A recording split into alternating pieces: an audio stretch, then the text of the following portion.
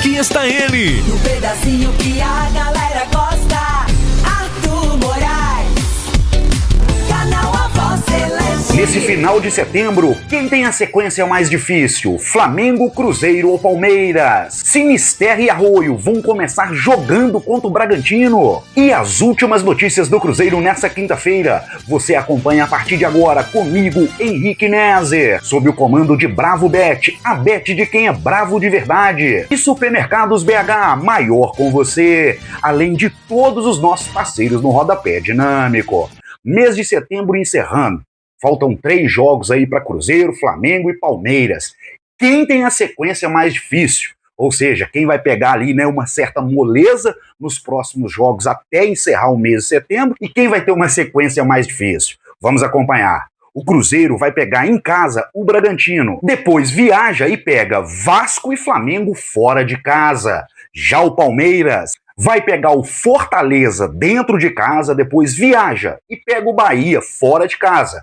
O Bahia, né, que perdeu para o Cruzeiro, foi eliminado na Copa do Brasil, precisa, né, dar uma resposta para o seu torcedor, porque é briga direta, querendo entrar ali dentro do G4, então pode ser um jogo bem complicado para o Palmeiras e pode favorecer, né, para a gente, que está ali na briga do título ali, não deixando o Flamengo se distanciar e de olho no Palmeiras que vem logo atrás. Depois desse jogo contra o Bahia, o Palmeiras recebe o Vasco dentro de casa.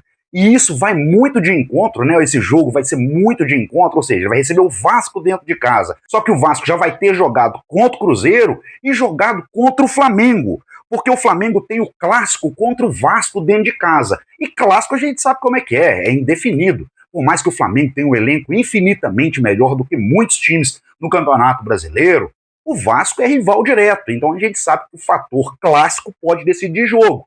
E uma vez que o Palmeiras vai receber, né, o Vasco bem depois dele ter pego o Cruzeiro e o Flamengo, pode ser que isso também ajude muito o Cruzeiro. Então o Flamengo vai receber o Vasco dentro de casa para fazer esse clássico, depois pega o Corinthians fora de casa e depois recebe o Cruzeiro lá dentro, né, do Maracanã. Então essa é a sequência dos jogos. O Cruzeiro vai pegar o Bragantino, o Vasco e o Flamengo. O Flamengo vai pegar o Vasco, o Corinthians e o Cruzeiro. O Palmeiras vai pegar o Fortaleza, o Bahia e o Vasco. Quem tem a sequência mais difícil aí do campeonato, né? Dessa reta final do mês de setembro?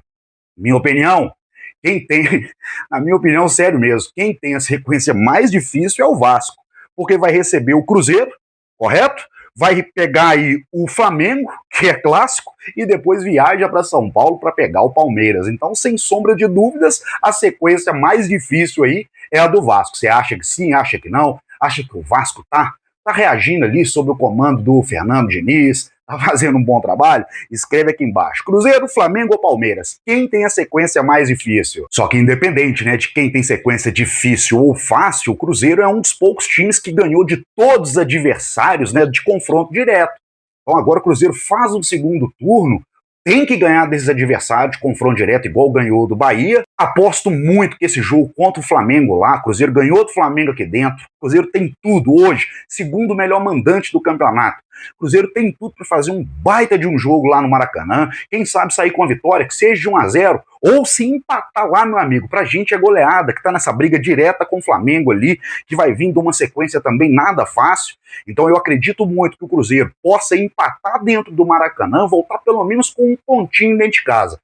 Para dentro de casa. Mas é aquela coisa também, né? Quem quer ser campeão não tem que ficar olhando adversário, não. É pegar esses 3 jogos, e é por isso que eu gosto do Leonardo Jardim. Porque não sei se vocês estão acompanhando aí os bastidores do Cruzeiro. Leonardo Jardim é um cara muito seguro. Ele vai enfrentar o Atlético dentro da Arena MRV. Ele grita para todo mundo: amigo, nós já passamos por isso aqui. Nós já jogamos contra o Inter lá dentro, contra o Grêmio, enfim. Ele coloca, né, para todos os jogadores que é possível ganhar dentro da casa do adversário. Coloca os jogadores para se entregar, para doar tudo que eles têm, né, de si ali dentro da partida e esquecer a torcida do adversário. Então o Flamengo, com o Maracanã lotado, o Léo Jardim sabe conduzir o motivacional desses jogadores, então acredito muito aí no empate ou numa vitória do Cruzeiro, que seja magrinha, mas eu acredito sim. Uma grande dúvida, né, que vem surgindo aí na cabeça dos torcedores é o jogo agora contra o Bragantino. Isso porque o Arroio entrou muito bem na partida contra o Bahia, o Sinisterra também entrou muito bem na partida contra o Bahia, e aí já começa a acender aquela luz, né? Será que os dois vão ser titular contra o Bragantino? Bom, o que a gente tem de notícia disso tudo? O elenco do Cruzeiro, né, o time do Cruzeiro, os 11 do Léo Jardim, todo mundo já sabe que vai do Cássio até o Wanderson, isso é ponto. Desde que não tenha nenhum jogador com problemas médicos ou por suspensão, quem vai entrar são os 11 que sempre vem entrando.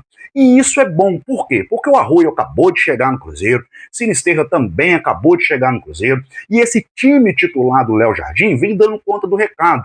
Então, necessariamente, o Arroio e o Sinisterra, eles não se sentem impressionados pela torcida, ou seja, só para vocês entenderem, vamos imaginar que o time do Cruzeiro não estivesse respondendo, né, tivesse aí numa má fase, então o Sinisterra e o Arroio chegariam pressionados, teriam que entrar já para ser titular para resolver o problema. Como o time do Cruzeiro está bem, ou seja, segundo lugar do Brasileiro, passamos aí de fase da Copa do Brasil, o time do Cruzeiro está bem, dá até uma tranquilidade para esses jogadores que acabaram de chegar, não vão precisar, né, entrar naquele tudo ou nada, eles vão poder se adaptar, trabalhar a parte física e ir entrando ali, ó, devagar, no segundo tempo, até para pegar o ritmo e entender um pouco da filosofia de trabalho do Léo Jardim. Então é espetacular o que o Léo Jardim faz, que é segurar esses jogadores. O time do Cruzeiro tá bem, tá muito bem, então ele pode ir ali conduzindo. Né? Entra com esse time que chegou até aqui, que são jogadores que se doaram.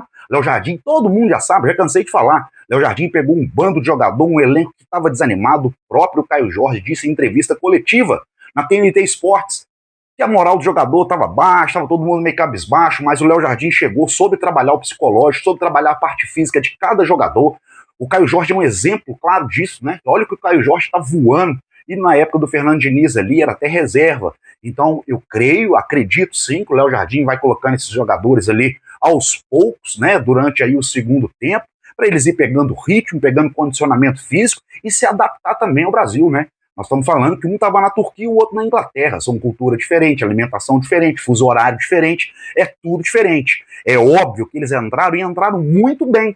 Só que entraram tranquilo, né? Sem a pressão, né? Que precisa se resolver, reverter aí um resultado de tabela, que graças a Deus nós estamos bem no Campeonato Brasileiro e também na Copa do Brasil. E por mais que o Léo Jardim fale, né, que ele não está ali com o título, que a meta é Libertadores, eu consigo deslumbrar, visualizar sim um título da Copa do Brasil e um título até do Campeonato Brasileiro. Porque eu não acredito que o Flamengo vai ganhar tudo até o final do ano, não, gente. E a gente tá ali, ó, 3 pontinhos. Ah, mas tem que jogar mais, tudo bem. Mas tudo pode acontecer, futebol é jogado. E a gente sabe como é que funciona o futebol. Né? Então, assim, eu acredito que o Flamengo possa sim tropeçar. É o Cruzeiro ir fazendo o papel dele. Não vai ganhar todas, a gente sabe que não vai ganhar todas. Prova viva foi perder pro Ceará, pro Vasco, pro Ceará, pro Santos aqui dentro do Mineirão. Né? A gente sabe que os jogadores vão oscilar e é por isso que a diretoria reforçou e reforçou bem. Porque caso nós estamos com 7 jogadores pendurados para esse jogo contra o do Vasco. E aí depois na sequência, qual que é o próximo jogo? Ó, 7 jogadores pendurados para o jogo do Bragantino. Na sequência nós temos o Vasco. Então pode ser que no jogo contra o Vasco 2 ou 3 jogadores aí vão cumprir suspensão. E o Cruzeiro hoje tem um banco de reserva que dá conta do recado. Então eu acredito sim que esse time ele evoluiu bem até aqui e com a chegada dos reforços vai evoluir até o final. E eu acredito muito que o Cruzeiro vai levantar uma tacinha esse ano. Seja ela na Copa do Brasil, seja ela no Campeonato Brasileiro. Isso é fato. O Cruzeiro que hoje se reapresentou na Toca da Raposa. Léo Jardim deu um treinamento com bola para todos os jogadores que estavam à disposição ali do treinador. Fez aquele treinamento, né, com bola, já mirando já quem que ele vai escalar no jogo contra o Bragantino. A dúvida ficou aí no Fagner, né, todo mundo perguntando do Fagner. O Fagner que ainda está em transição, ele vem tratando a lesão dele, mas pelo que o Cruzeiro vem divulgando aí, acredito eu que o Fagner nas próximas semanas já deve ser integrado ali junto com os jogadores, com o grupo principal para poder treinar com bola. Isso não é informação, tá? Isso aí é só uma sugestão. Pelas notas que o Cruzeiro vem liberando, que hoje, por exemplo, ele fez um treinamento separado Então acredito que o Fagner, nas próximas semanas, deve liberar o DM que está vazio. Para e pensa como é que esse departamento de saúde e performance do Cruzeiro está trabalhando e trabalhando muito bem. O Cruzeiro, que nós estamos aqui, ó, no meio para o final da temporada e o DM vazio. Isso mostra que os profissionais que trabalham hoje na Toca sabem recuperar os jogadores.